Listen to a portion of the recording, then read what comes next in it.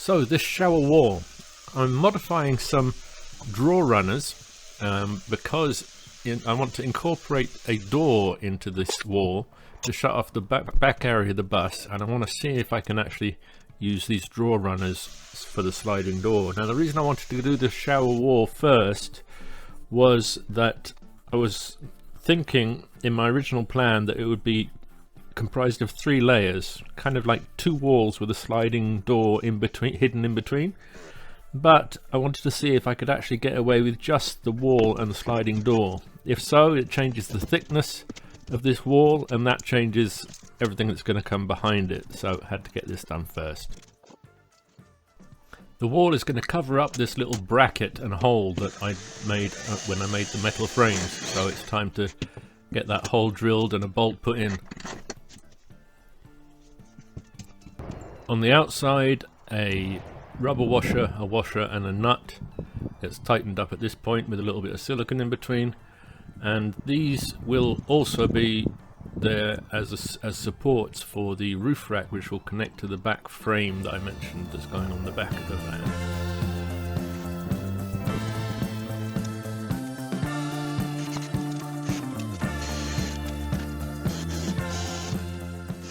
If you watched the last video, you'll know that I unseized the back brakes, but then I tried to move the whole van and found that one of the front wheels was seized as well.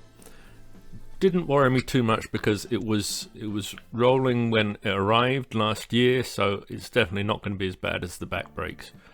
And it wasn't. The adjuster was still moving, so I just adjusted it off and persuaded it to start moving again. And with that, I was able to move it to a slightly different position.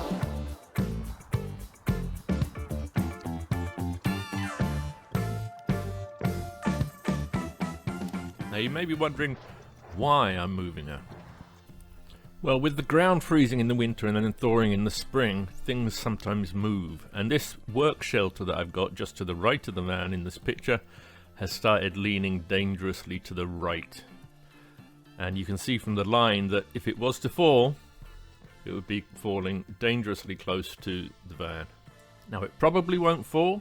If it was to fall, it probably wouldn't hit her. But just to be sure, I wanted to change the position and get her out of harm's way. In doing the brakes, I realized I needed a special tool for tightening and loosening the 2 lock nuts on the wheels. So I got to work making that.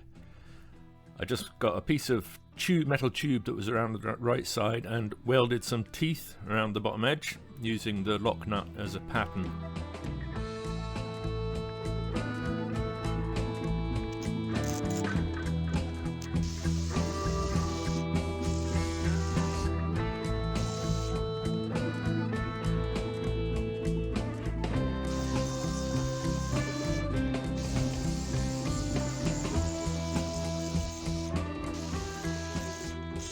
And this was good enough for me to temporarily put the lock nuts back on so I could move the vehicle.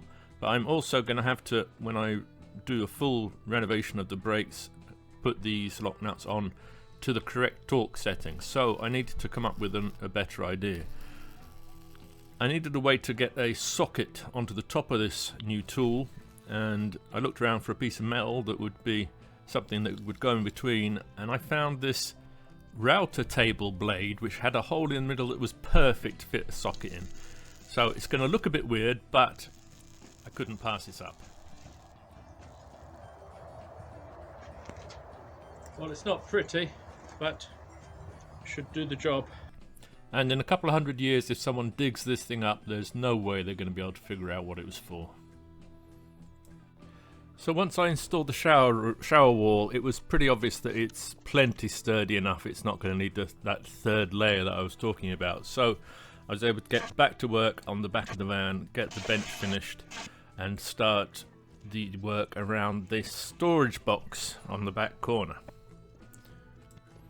It took quite a bit of brain work to try and figure out how to retain access to this box while still being able to use the bed and the bench. I'll show you how that works in a minute, but this is going to be an area that is for storage of things that you don't need regular access to.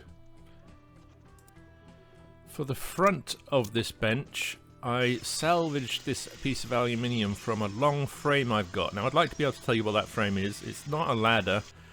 It's something that I have used in the past as a guide when I'm cutting wide planks. But anyway, I cut it up a bit and got this piece of metal, this piece of aluminium, which I polished up and gave the graphite paste treatment. Now, if you remember a couple of episodes back when I was starting this back bench, I had the floor planks, and every grey one has grooves cut into the sides, and every light coloured one has metal little plugs, I guess you'd call it, either side at the back there. Now, it's not the easiest bed to pull out, but it's not too bad. Now I just need to figure out the supports to hold it all up when it's in the out position. I guess this must be my thinking face.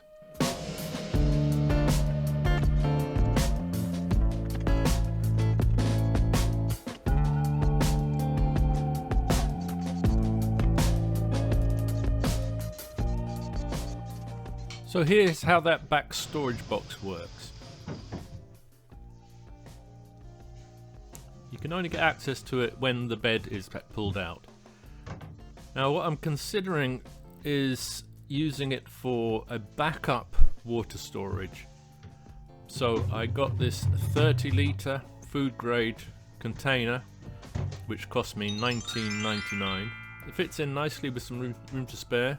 Not sure yet, but it's a possibility that that's what this little storage place will be used for.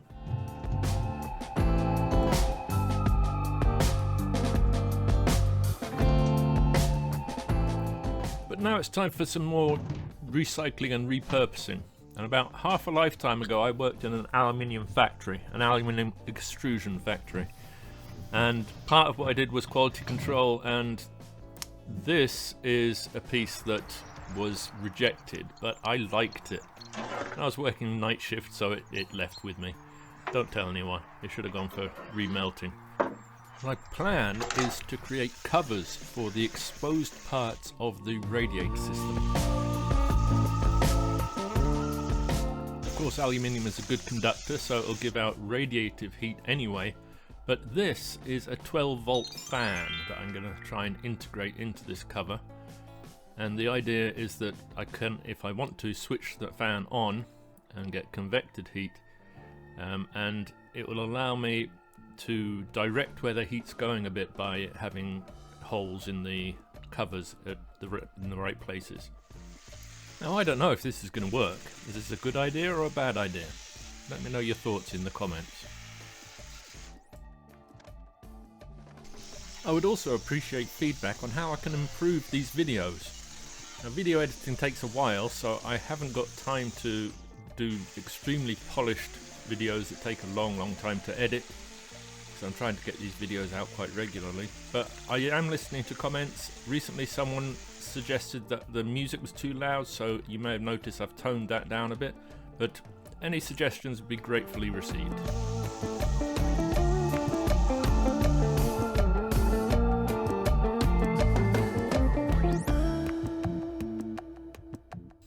I will soon be jacking the van back up again to overhaul the brakes and do some work underneath. And now that the wheels all turn, it makes sense for me to start working on the engine and finally get us started. But don't forget to like and subscribe, it really does help me. Thanks. Bye bye.